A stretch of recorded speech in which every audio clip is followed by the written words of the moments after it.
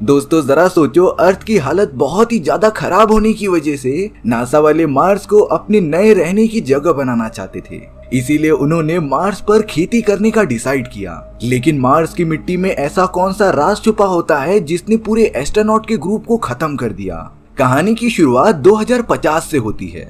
इंसान टेक्नोलॉजी के मामले में काफी ज्यादा आगे बढ़ चुका था, पर साथ ही साथ अर्थ पर इतनी ज्यादा पॉल्यूशन फैल गई थी जिससे कि हमारे अर्थ की ऑक्सीजन पूरी तरीके से खत्म होने आ गई थी। इसीलिए अब सारे अर्थ के वैज्ञानिक एक साथ मिलकर ये डिसीजन लेते हैं कि वो मार्स यानी कि मंगल ग्रह को रहने लायक बनाएंगे। इसके लिए वैज्ञानिकों ने मार्स पर मिशन करके उसके ऊपर बहुत सारी चीजें भिजवाई, जैसे कि कुछ रोवर्स और बहुत सारे पेड़ पौधे। इनमें छोटे छोटे हरे भरे अलगाई भी मौजूद थे जो लगातार सन की रोशनी लेकर ऑक्सीजन प्रोड्यूस करते थे। इन सारे पेड़ पौधों को मंगल ग्रह पर कई सालों से रखे जाने की वजह से ये मंगल ग्रह के वातावरण में काफी सारे ऑक्सीजन छोड़ने लग जाते हैं, और यही प्लान था वैज्ञानिकों का। वो तो मंगल ग्रह के वातावरण में ऑक्सीजन भरना चाहते थे ताकि हम इंसान वहां पर जाकर आराम से रह सकें। ये पूरा प्रोसेस कई साल तक काफी अच्छे से चलता है, पर अब यहाँ वैज्ञानिकों को अपने ऑर्बिटर से खबर मिली थी कि मंगल ग्रह पर मौजूद पेड़ पौधे अपने आप ही खत्म होने लगे हैं, और अगर पेड़ पौधे नहीं होंगे तब ऑक्सीजन भी जनरेट ही नहीं होगी। इस बात का पता लगाने के लिए सभी वैज्ञानिक एक स्पेस मिशन करते हैं जिसमें चुनिंदा एस्ट्रोनॉट्स को भेजा जाएगा मंगल ग्रह की सतह पर स्टडी करने के लिए। साथ ही साथ वो मंगल ग्रह पर जाकर ये भी पता लगाएंगे कि पेड़ पौधे कैसे खत्म हो गए। इस पूरे 18 महीने के सफर में 6 से 8 एस्ट्रोनॉट शामिल थे जो अपने स्पेसक्राफ्ट में बैठकर निकल पड़ते हैं मंगल ग्रह की तरफ। उनके स्पेसक्राफ्ट में एमी नाम का एक एडवांस एआई रोबोट भी मौजूद था जो मंगल ग्रह पर सारे एस्ट्रोनॉट्स को गाइड करेगा और उन्हें मिलिट्री स्किल्स का यूज करके किसी भी परेशानी से प्रोटेक्ट करेगा। अब यहाँ पूरे 18 महीने बीतने के बाद सारा क्रू मंगल ग्रह की ऑर्बिट में पहुंच चुका था। अब उन्हें मंगल ग्रह पर बनाए गए उनके ही एक बेस पर लैंड करना होगा जहाँ से वो अपनी रिसर्च आगे बढ़ाएंगे। लेकिन तभी अचानक उनके स्पेसशिप के ऊपर सोलर फ्लेयर्स का अटैक हो गया था, जिससे कि स्पेसशिप के इंटरनल सिस्टम को काफी ज्यादा डैमेज होता है। हालांकि सारे एस्ट्रोनॉट समझ रहे थे कि ये नॉर्मल सोलर फ्लेयर्स के अटैक हैं, लेकिन उन्हें बाद में पता चलता है कि इन्हीं सोलर फ्लेयर से उनके स्पेसशिप का पूरा सिस्टम ऑफलाइन हो गया था। साथ ही साथ स्पेसशिप के कई सारे सिस्टम काम करना बंद कर देते हैं। इसीलिए अब केट नाम की एक एस्ट्रोनॉट ने डिसाइड किया कि वो स्पेसशिप में रुककर उसे ठीक करने की कोशिश करेगी और बाकी सारे एस्ट्रोनॉट एस्केपिंग पॉड लेकर मंगल ग्रह की तरफ चल देंगे। लेकिन यहाँ नेविगेशन सिस्टम में भी थोड़ी खराबी आ चुकी थी, इसीलिए बाकी बचे हुए क्रू जो मंगल ग्रह पर लैंड कर रहे होते हैं वो अपने लैंडिंग पोजीशन से काफी दूर आकर गिरते हैं। कई एस्ट्रोनॉट्स को तो काफी ज्यादा चोट भी लगी थी, पर फिर भी वो कैसे भी करके बाहर निकलते हैं और एक दूसरे को चेक करते हैं। वहीं स्पेसशिप में केट अभी भी अकेले ही मौजूद थी। देखते ही देखते चारों तरफ आग लग जाती है। केट तो खुद को बचाने के लिए एक सेफ जगह पर आ गई थी, लेकिन स्पेसशिप में से आग को खत्म करने के लिए केट ने एक अच्छा तरकीब निकाला।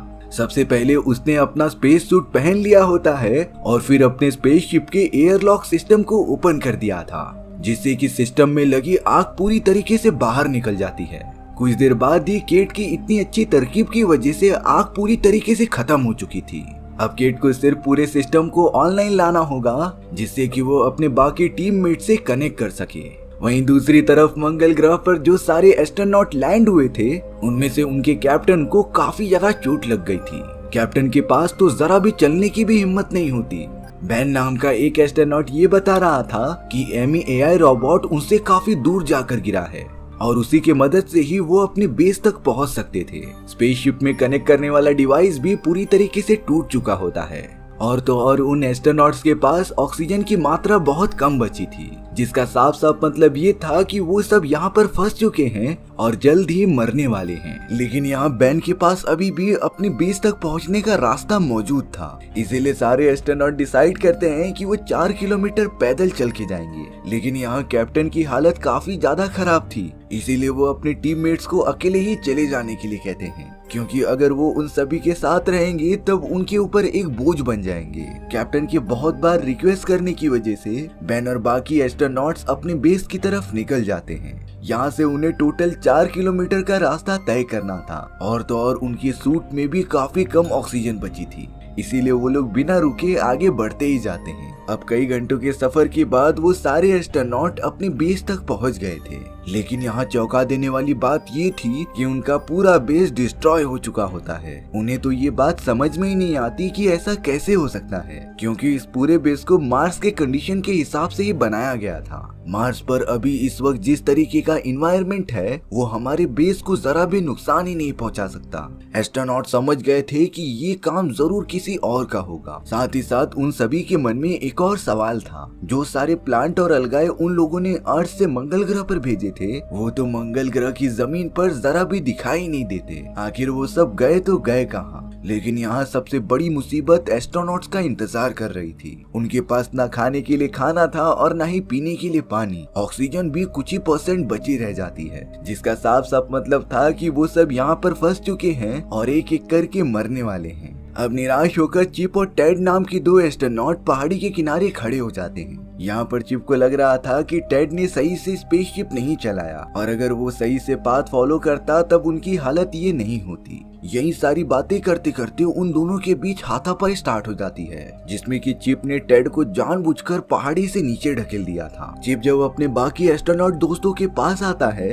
तब उसने झूठ कह दिया था कि टेड ने सुसाइड कर लिया है। बाकी एस्ट्रोनॉट इस बात पर कुछ ज्यादा गौर करते इससे पहले उन एस्ट्रोनॉट्स की ऑक्सीजन खत्म होने लग जाती है। वो लोग तो ऑलमोस्ट मरने ही वाले होते हैं। तभी बेन ने अचानक अपने स्पेस सूट का हेलमेट ओपन कर दिया था। ताज्जुब की बात ये थी कि वो मार्स के एनवायरनमेंट में लिटरली सांस ले पा रहा था, जिसे देखकर बाकी एस्ट्रोनॉट्स भी अपना हेलमेट निकाल देते हैं। हालांकि उन्हें उतनी ज्यादा ऑक्सीजन नहीं मिल पाती, पर वो तो मार्स के एनवायरनमेंट में जिंदा रह पा रहे थे। किसी को कुछ नहीं समझता कि आखिर ये कैसे हो रहा है, और जब बाद में जाकर उन्हें इसका रीजन पता चलेगा तब वो सब हक्का बक्का रह जाएंगे। वहीं दूसरी तरफ केट, जो कि मंगल ग्रह के ऑर्बिट में मौजूद थी, उसने अर्थ के स्पेस सेंटर से कांटेक्ट कर लिया था और उन्हें अपने सिचुएशन के बारे में बता दिया। जिसके बाद केट को अर्थ वालों से ये कमांड मिलता है कि वो बाकी एस्ट्रोनॉट्स को छोड़कर, जो अब वापस कभी आने वाले 20 घंटों के अंदर अंदर स्पेसशिप को लेकर वापस अर्थ पर लौट जाए। और ये कमांड ऑटोमेटिक होने वाला था, यानी कि केट अगर ना भी जाना चाहे तभी भी स्पेसशिप 20 घंटों बाद अर्थ की तरफ चलने लगेगा। यहाँ पर बैन, क्वीन और चिप कैसे भी करके सरवाइव करते रहते हैं, लेकिन अब उन्हें कैसे भी करके केट से कांटेक्ट करना पड़ेगा, जिसके लिए रेडियो सिग्नल भेजने के डिवाइस का यूज पड़ेगा। लेकिन यहाँ क्वीन और बैन साथ में बात करते हैं कि 90s में नासा का एक मिशन हुआ था, जिन्होंने कैलकुलेशन के मुताबिक कुछ ही दूरी पर अपना रोवर उतारा था, और अगर वो सब उस रोवर तक पहुंच जाए तब उन्हें उसके अंदर कम्युनिकेशन डिवाइस मिल सकता था, जिससे कि वो अंतरिक्ष में मौजूद केट से बात कर सकते हैं। लेकिन यहाँ दिक्कत की बात ये थी कि मंगल ग्रह पर रात के समय टेम्परेचर काफी नीचे गिर जाता था, इसीलिए वो तीनों डिसाइड करते हैं कि वो सब सुबह ही निकलेंगे। अब थोड़ी देर बाद उनका एआई रोबोट एमी वहां पर आ गया था, जिसके पूरे सिस्टम में मंगल ग्रह की धूल चली गई होती है। क्वीन और बेन तो ये कह रहे थे कि उन्हें एमी के बॉडी के अंदर मौजूद कम्युनिकेशन डिवाइस को निकाल लेना चाहिए, पर इस चीज से एमी हमेशा के लिए डीएक्टिवेट हो जाएगा। पर यहाँ एमी ने उन दोनों की सारी बातें सुन ली थी। जब उसे ऐसा लगता है कि उसके ऊपर खतरा मंडरा रहा है, तब एआई रोबोट एमी ने उन तीनों एस्ट्रोनॉट्स पर हमला कर दिया था, क्योंकि उसे आर्टिफिशियल इंटेलिजेंस तरीके से डिजाइन किया गया है ताकि वो खुद को भी प्रोटेक्ट कर सके।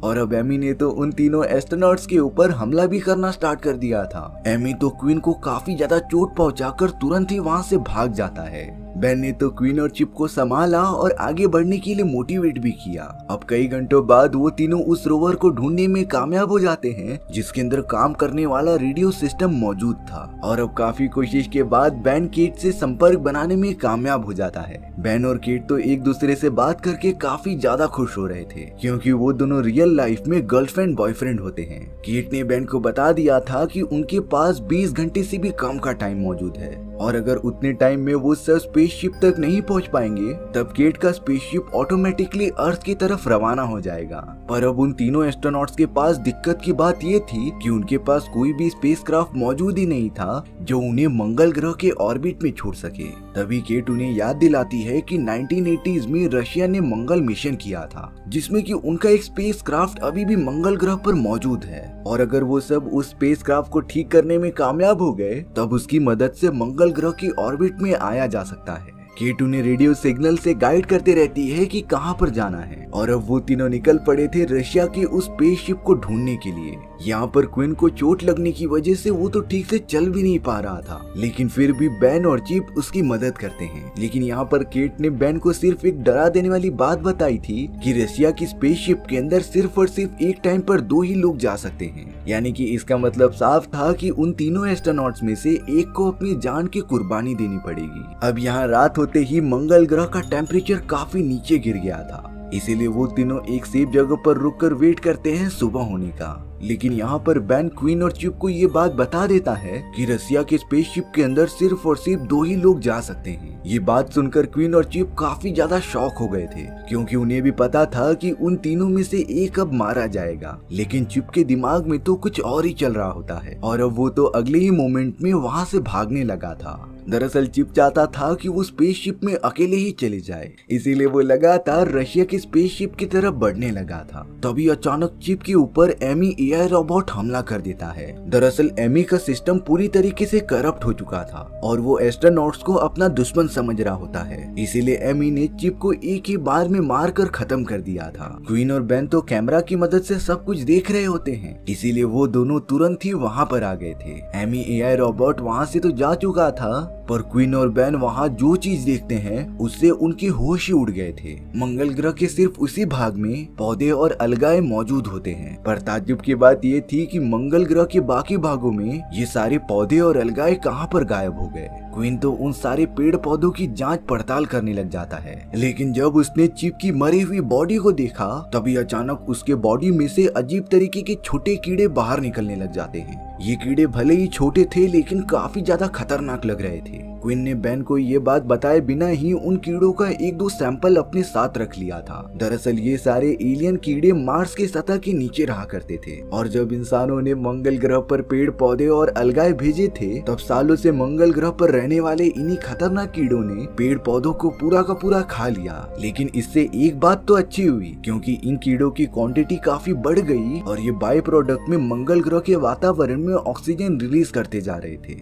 यही वजह था कि क्वीन और बेन वातावरण में सांस ले पा रहे होते हैं। उन दोनों को यहाँ पर रशिया का स्पेसक्राफ्ट तो मिल गया था, लेकिन तभी अचानक क्वीन अपनी बॉडी में कुछ महसूस करने लग जाता है। दरअसल उसके बॉडी पर जो चोट लगी थी उसी से वो सारे एलियंस अट्रैक्ट हो रहे होते हैं और अब तो देखते ही देखते क्वीन के पूरे बॉडी पर एलियन क्रिएचर्स आ गए थे खाने के लिए। क्वीन जल्द से जल्द उन एलियन कीड़ों का सैंपल बेन को दे देता है और उसे यहाँ से जाने के लिए कहता है। बेन को भी पता था कि क्वीन अब नहीं बच पाएगा, इसीलिए बेन के स्पेसशिप के पास जाते ही क्वीन ने अपनी पूरी बॉडी के साथ साथ उन क्रिएचर्स को भी ब्लास्ट कर दिया था, जिससे कि वहाँ पर मौजूद सारे एलियन कीड़े जलकर डिस्ट्रॉय हो जाते हैं। बेन अब सभी एस्ट्रोनॉट्स में अकेला ही बच गया था, लेकिन जब बेन रशिया के स्पेसक्राफ्ट की तरफ जाता है तब उसे पता चला कि स्पेसक्राफ्ट की बैटरी पूरी डेड हो चुकी है और वो इस तरीके से तो स्पेसशिप को चालू कर ही नहीं सकता। बेन ने रेडियो की मदद से केट को ये सारी बातें बता दी होती हैं और अब तो उनका 20 घंटे का टाइम भी खत्म होने वाला था, जिसका मतलब ये था कि केट के ना चाहते हुए भी उसका स्पेसक्राफ्ट अर्थ की तरफ रवाना हो चुका होगा। केट और बेन तो पूरी तरीके से होप हार चुके थे। तभी बेन को अचानक एक आइडिया आता है। उसे ये बात पता थी कि एमी एआई रोबोट के अंदर जरूर कुछ न कुछ बैटरी मौजूद होगी, पर इससे पहले उसे एमी को पूरा डिस्ट्रॉय करना पड़ेगा। इसीलिए अब बेन केट के पास पहुंचने के लिए एमी के सामने आ जाता है। एमी तो बेन के ऊपर हमला करने के लिए देरी करता ही नहीं, लेकिन बेन ने बड़ी चालाकी से एमी के हर वार को नाकाम किया और उसके पूरे एआई सिस्टम को शॉर्ट सर्किट कर दिया। बेन तुरंत ही एमी के बॉडी में से बैटरीज निकालता है और उसे स्पेसक्राफ्ट के अंदर जाकर लगा देता है। स्पेसक्राफ्ट को थोड़ी देर तक ठीक करने के बाद बेन उसे लॉन्च करके सीधा मंगल ग्रह की ऑर्बिट में पहुंच चुका था। बेन ने तो केट को रेडियो मैसेज की मदद से इन्फॉर्म कर दिया होता है, लेकिन यहाँ पर केट का स्पेसक्राफ्ट तो निकल चुका था, इसीलिए केट स्पेस सूट पहनकर अपनी जान जोखिम में डालते हुए अंतरिक्ष में बेन को बचाने के लिए अकेले ही चली गई थी। बेन तो अपने स्पेसक्राफ्ट में एकदम से बेहोश ही हो गया था। केट तुरंत बेन को मदरशिप में लेके आती है और उसे सीपीआर देने लग जाती है। बहुत ज्यादा कोशिश करने के बाद जाकर बेन अपनी आंखें खोलता है। केट तो इस बात से एकदम भावुक हो उठी थी और अब तो उन दोनों के पास मंगल ग्रह पर मौजूद एलियन कीड़ों का सैंपल भी था, जिससे कि वो सब अर्थ पर जाकर इन पे स्टडी कर सकते थे कि आखिर कैसे ये एलियन कीड़े बाय प्रोडक्ट में ऑक्सीजन रिलीज करते हैं। और अगर इंसान ये खोज करने में कामयाब हो गए तब उन्हें मार्स पर जाने की कुछ जरूरत ही नहीं, हम सब अर्थ को ही और भी अच्छा बना सकते थे। बेन और केट तो स्पेसशिप में बैठकर अर्थ की तरफ निकल जाते हैं। सो व्यूअर्स, आपको ये स्टोरी कैसी लगी कमेंट सेक्शन में बताना भूलना मत। और अगर आपको मेरा एक्सप्लेनेशन 1% भी अच्छा लगा होगा ना तो वीडियो को लाइक एंड चैनल को सब्सक्राइब जरूर कर देना। मिलते हैं नेक्स्ट वीडियो में, बाय बाय।